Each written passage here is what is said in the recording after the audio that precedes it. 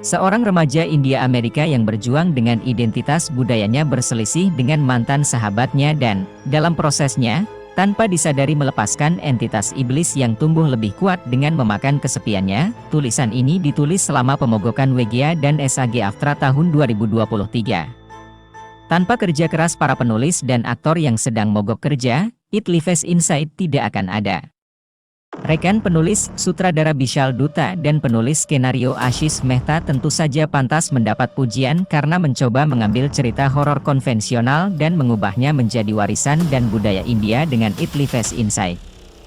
Namun, pada titik tertentu, keakraban perlu terasa menyegarkan melalui sudut pandang unik tersebut. Yang tidak pernah terjadi di sini. Film ini terasa seperti rancangan kasar dari film yang berpotensi menjadi hebat tetapi tidak memiliki kepercayaan diri untuk bersandar pada kaitan budayanya.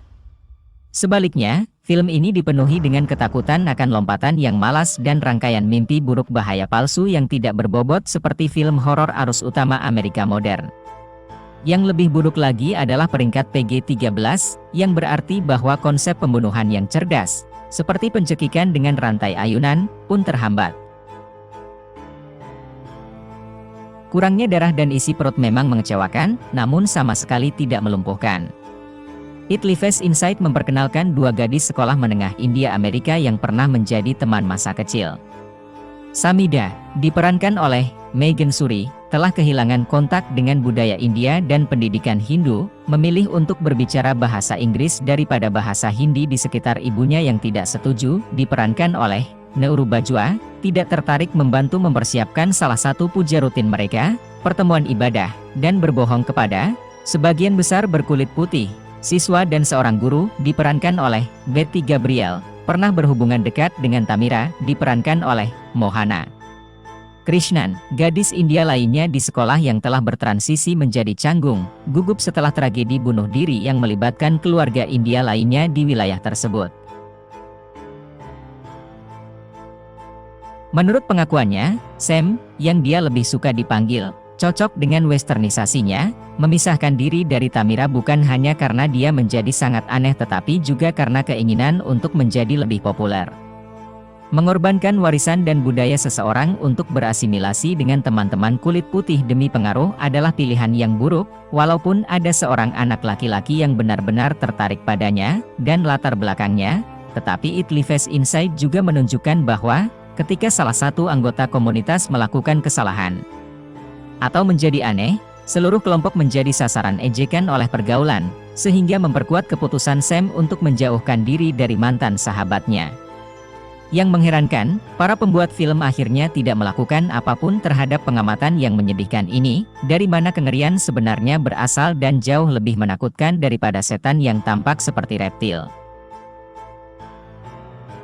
Dalam sebuah peristiwa yang muncul seperti metafora untuk putusnya persahabatan ini, Tamira dengan putus asa memohon kepada Sam untuk mempercayainya, bahwa ada setan yang dikurung dalam toples kaca yang dia bawa kemana-mana, dan bahwa dia kehabisan cara untuk menahannya. Itu menyebabkan yang terakhir patah, mendorongnya menjauh, dengan toples itu jatuh ke tanah dan pecah. Setan itu bebas, akhirnya menyambar dan mengunci Tamira. Maka dimulailah penguntitan supernatural yang membosankan di mana hanya sedikit karakter yang merasa dalam bahaya. Memang benar, kadang-kadang ada visual menyeramkan seperti mata kuning iblis, yang menerangi kegelapan di lemari, atau bayangan menyeramkan yang tiba-tiba. Tetapi prosesnya dengan cepat menjadi klise tanpa minat, untuk mengeksplorasi lebih jauh karakter-karakter ini atau budaya mereka. Ini juga sangat disayangkan karena pertunjukannya dapat dipercaya, terutama Megan Suri, seorang remaja yang kebingungan dalam menghadapi siapa yang dia inginkan di dunia ini, menolak untuk mendekati ibunya untuk meminta bantuan meskipun hantu tersebut didasarkan pada agama mereka. Tentu saja, apakah karakternya bermaksud baik atau tidak, jelas bahwa ibunya adalah satu-satunya orang yang bisa dia andalkan jika dia ingin menemukan dan menyelamatkan Tamira dan mengalahkan iblis itu. Yang juga membuat frustrasi adalah, bagi entitas iblis dari agama lain, motif dan taktiknya. Seperti melunakkan jiwa manusia, melalui teror dan hal-hal negatif, sudah sangat familiar. Sangat menyenangkan bahwa Vishal Dutta bisa membuat It Lives Inside dibuat dan didistribusikan oleh sebuah studio terkemuka di Neon. Ada hal-hal menarik untuk dipelajari di sini, dan agama Hindu adalah titik awal yang kuat untuk sebuah film horor, tetapi menganggap segala sesuatu yang menyebalkan tentang zaman modern horor dan memindahkannya ke budaya dan agama lain, bukan berarti sesuatu yang menyegarkan, itu masih buruk. Masih banyak yang perlu dilakukan, selain menceritakan kisah umum yang sama dalam latar belakang budaya yang berbeda.